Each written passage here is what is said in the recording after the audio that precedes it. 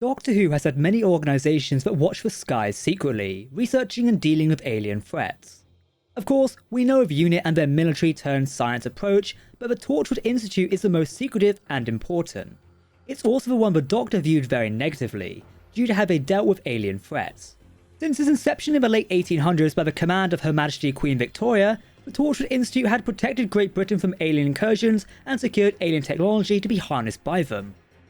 Outside the government, beyond the police, tracking down alien life on Earth and arming the human race against the future, this is Torchwood. Welcome to Torchwood.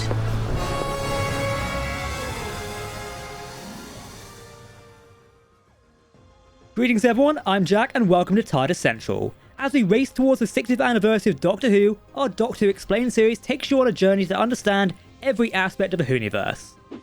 If you want to keep up to date on all the latest Doctor Who news, lore and more, then hit that subscribe button to never miss a video from the team here at Tardis Central. Make sure to comment your thoughts and theories on this video in the comment section below. Let's go. The story of Torchwood begins back in 1879, after Queen Victoria is alerted to the dangerous alien presence on planet Earth. The Queen is discovered on the moors by the 10th Doctor and companion Rose Tyler, as she travels to her destination by carriage after escaping a potential assassination attempt via train. The Doctor and Rose travel with Queen Victoria to the Torchwood estate, owned by Sir Robert McLeish. Here they discover the assassination attempt was all a setup. The actual plan had been to trick the Queen into staying at the estate and then set loose a werewolf meant to bite her and begin the Empire of the Wolf. Luckily, the Queen has the Doctor with her, and he discovers the estate is not actually a trap for them, but for the werewolf. So Robert's father, and Prince Albert, had deduced that the creature had fallen from the stars and created a way to defeat it. Using the house's giant telescope to take in the moonlight and reflect it through the Queen's prized diamond, it would kill the creature. Sadly, Sir Robert is also killed when he sacrificed himself to buy them time to prepare the trap. The werewolf is ultimately defeated, and the Queen's life is saved. In return, she knights the Doctor and Rose before banishing them from the British Empire. Determined to do something in respect of Sir Robert and his sacrifice, Queen Victoria creates the Torchwood Institute to help defend Britain from any future extraterrestrial attacks and defeat the Doctor. Beyond imagination, and we must defend our borders on all sides. I propose an institute to investigate these strange happenings and to fight them. I would call it Torchwood. With the Institute set up, it operates in secret and grows over the years. By 2006, the organisation is sort of known by the public and operates in cooperation with UNIT, for the most part. However, despite its name being known by some citizens of the country, the true extent of the work investigating aliens and extraterrestrial tech is still kept under wraps. If anyone gets too close to the truth, Torchwood can suppress the truth to maintain that they're simply a Special Forces team. But that's not always the case. I mean, around Cardiff at least, Torchwood appears to be the worst kept secret ever. Excuse me, have you seen a blowfish driving a sports car? Thank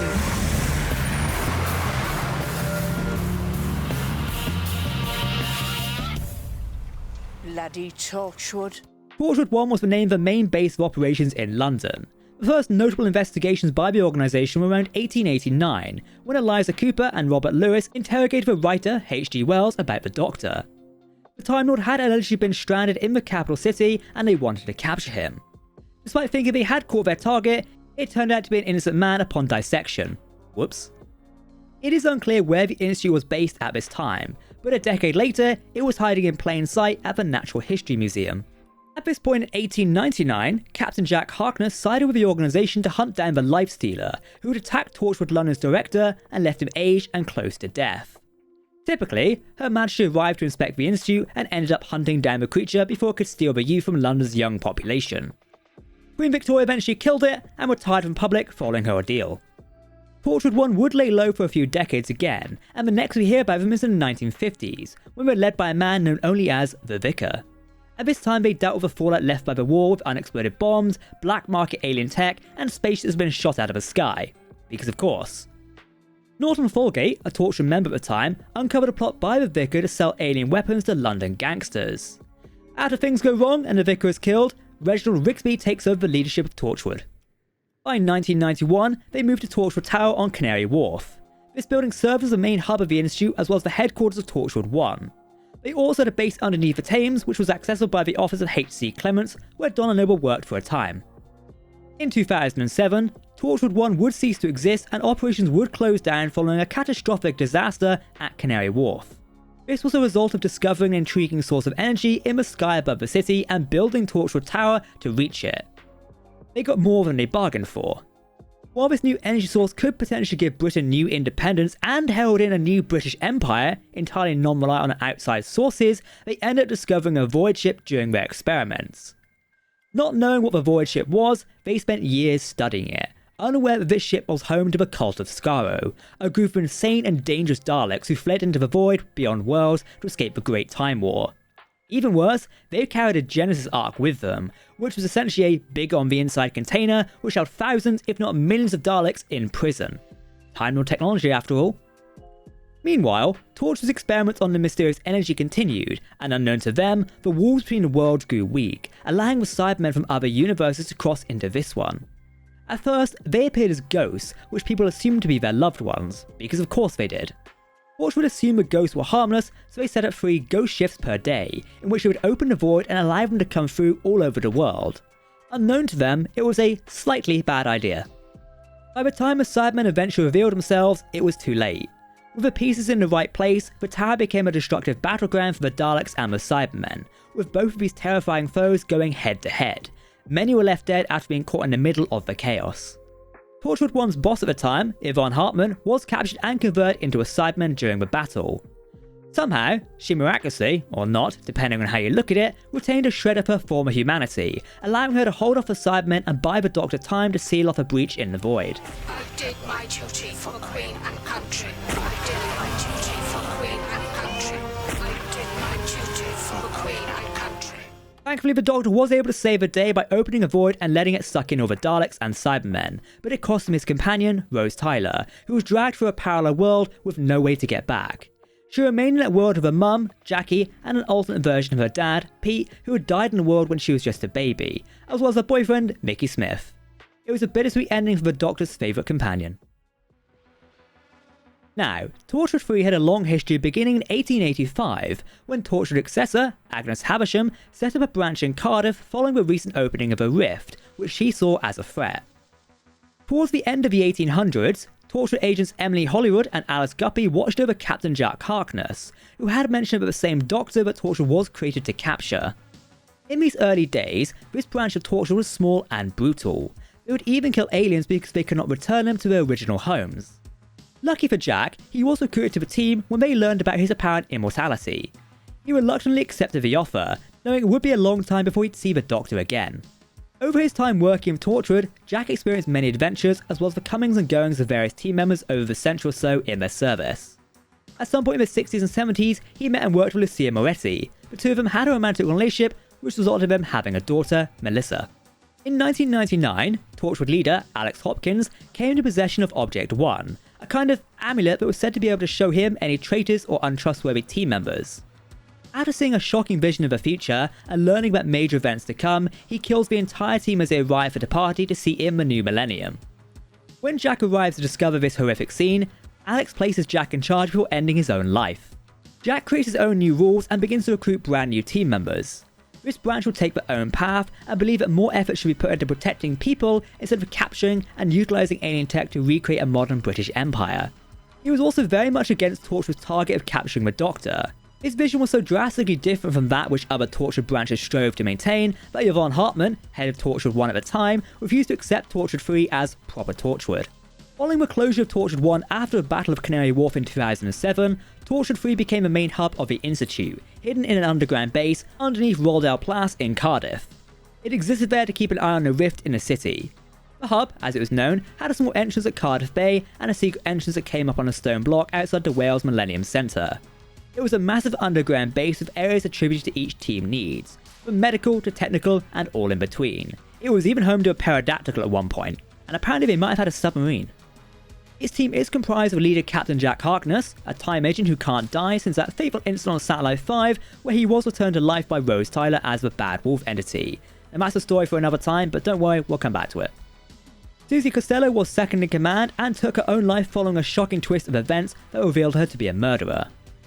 Owen Harper was a doctor recruited by Torchwood after his fiancée was killed by an alien parasite. He's a charmer who, just like Jack, flirts with pretty much everyone and anyone and even has intimate relationships with most of the Torchwood team. Despite this, he remains oblivious to Toshiko Sato's interest in him. Toshiko Sato is a genius technician and inventor who was recruited by Jack to spare her from being locked up for life by a unit, after she stole official secrets to save her captive mother. Ianto Jones was a transplant from Torchwood One who secretly wanted to help his partial cyber-converted girlfriend. His initial job was less about getting involved in dangerous missions and just being a supportive member to the team. He would help out with odd jobs, sit in reception and make tea, until he proved himself to become a pivotal team member. And finally we come to Gwen Cooper, a former police officer who left her job after getting caught up in events she couldn't explain. She tracked down Torchwood and was eventually offered a place on the team by Captain Jack Harkness due to her sheer determination and strength of character. Gwen is tough and smart and deals with a fair share of family drama and alien threats at work, while she tries to keep quiet from her husband, Reese. Around the time Gwen Cooper joined Torchwood, someone had been murdering people with an alien blade. It turned out that Susie Costello had been behind the deaths, so she could practice using a resurrection gauntlet on them and learn more about its secrets. Susie committed suicide upon being discovered but tried to take Jack with her and shot him in the head. Jack came back, though, and Gwen witnessed it all. With the team being one down and Gwen being responsible for helping Jack track down the truth behind the murders, he gets her on the team. Her adventures only got weirder and wilder from here on outward. She encountered an alien gas that possessed a young woman and used her to seduce men and kill them like a Black Widow. Thankfully the team were able to save her, but it wasn't always easy though. Right, sorry, just to recap, you've travelled here to feed off orgasmic energy. There's nothing else out there like it. They discovered Ianto's girlfriend, who had been half converted into a Cyberman, and despite trying to help, were forced to kill her. Later, they confront evil fairies, whom Jack had met previously during the war. They insist on taking a child, otherwise they destroy the world, and Jack lets them, leaving the team horrified and losing trust in him. Take her. No! You asked me what chance we have against them. For the sake of the world, this is our only chance. Yes! Jazz!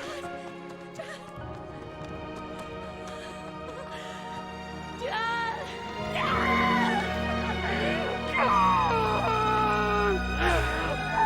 I'm so sorry.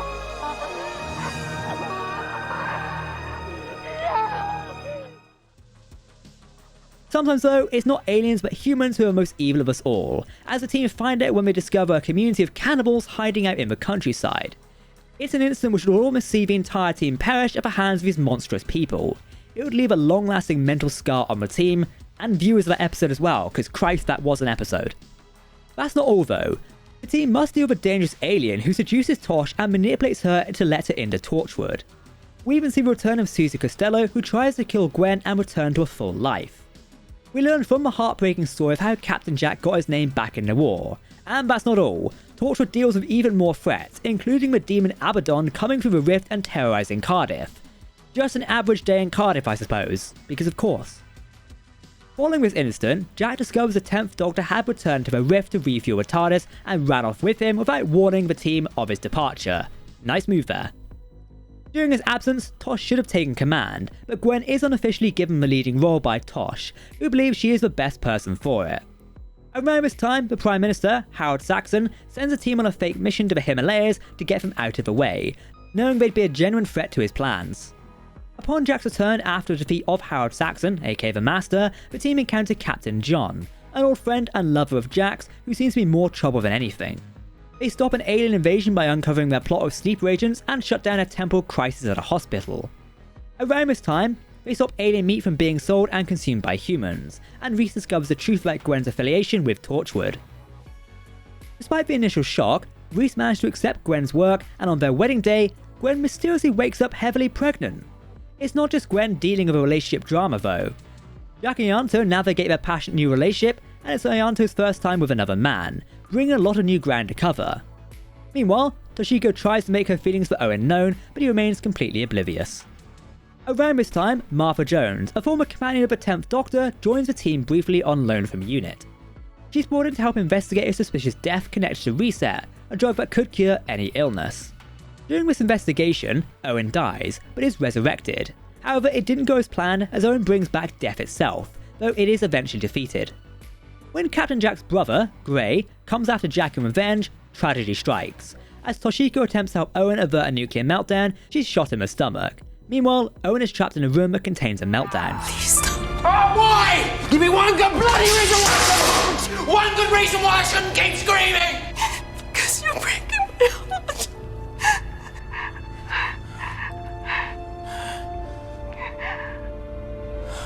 Didn't notice until it was too late. I'm sorry.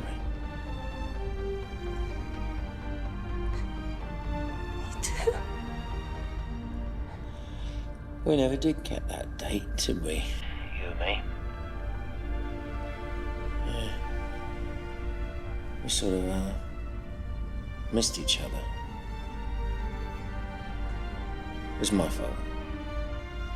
I didn't notice until it was too late. Following the death of Toshiko and Owen, Torchwood 3 has to keep on going with just 3 team members. During the Dalek invasion of 2009, the team are contacted by former Prime Minister Harriet Jones on the Subwave network and help to reconnect her with the Doctor. While Jack can join his old friend and take on Davros, Gwen and Ianto are trapped inside a time lock in the hub that protects them from a Dalek. Eventually, they assist the Doctor in returning the Earth to its rightful place in space and time, and Jack returns, ready for more adventures. In September 2009, the children of Earth stop in their tracks and declare, "We are coming, we are coming." The freak incident terrifies the citizens of the planet and Torchwood gets involved. It soon becomes clear that a species called the 456 are returning and seem to want the children of Earth. Meanwhile, Captain Jack has a bomb implanted inside his stomach, which is triggered to kill him, temporarily, and destroy the Torchwood 3 hub. But who would want to get rid of Jack, and why? Well, Captain Jack knows the 456 and was involved with their previous invasion in the 60s. Back then, they had offered the British government a deal. They wanted 12 children in return for a cure for a strain of flu that would kill millions, and Jack had overseen this exchange. This time though, the 456 want 10% of the planet's children, otherwise they'll destroy humanity, all because they're addicted to a chemical that they draw out of children and use like a drug. Shockingly, the British government agreed to this horrific deal and decided to give the 456 disadvantaged kids from schools that aren't doing so well, though publicly they try to keep this quiet. When Jack and Ianto break into the government building where the 456 leader is being contained, they demand answers and threaten the alien, saying humanity will not go down without a fight. In retaliation, the monster will release a deadly virus, and the building is locked down, killing Ianto and anyone else caught up in the area. Jack stays with him and dies again, knowing that he will be revived. It was good, yeah. Yeah. Don't forget me. Never could. As the military begin to try to take children, Jack fights back by sacrificing his own grandson as a focal point for a sound wave that has the potential to harm the 456 alien. It works and the aliens flee Earth. With the horrifying consequence of Jack's actions taking a toll on him, and with Torchwood effectively being destroyed, Jack leaves to begin a new life somewhere new, and a pregnant Gwen remains with Reese, believing that Torchwood is gone for good. Except Torchwood isn't gone for good. It never could be, because of course. In March 2011, the entire planet is blessed by a miracle when everyone is suddenly unable to die. Dubbed Miracle Day, the strange event meant that victims of tragic accidents, people with terminal illnesses, and elderly people, none of them could pass away. Everyone is immortal.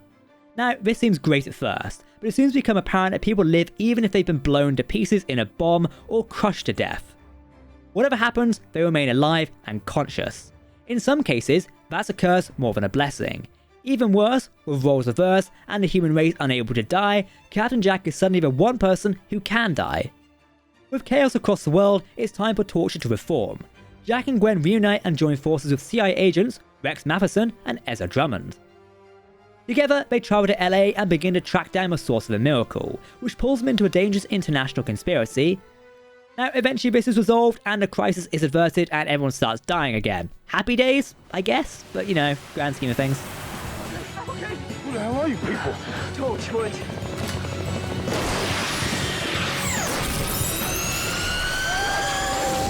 But what about the future of Torchwood?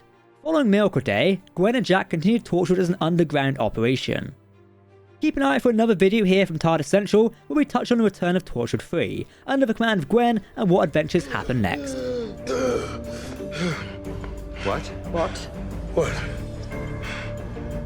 Let us know what you think in the comment section below, and if you want to keep up to date on the latest Doctor Who news, lore and more, then make sure to hit that subscribe button to never miss a video from the team here at Tardis Central. You can also follow us on social media for daily updates on the Doctor Who universe.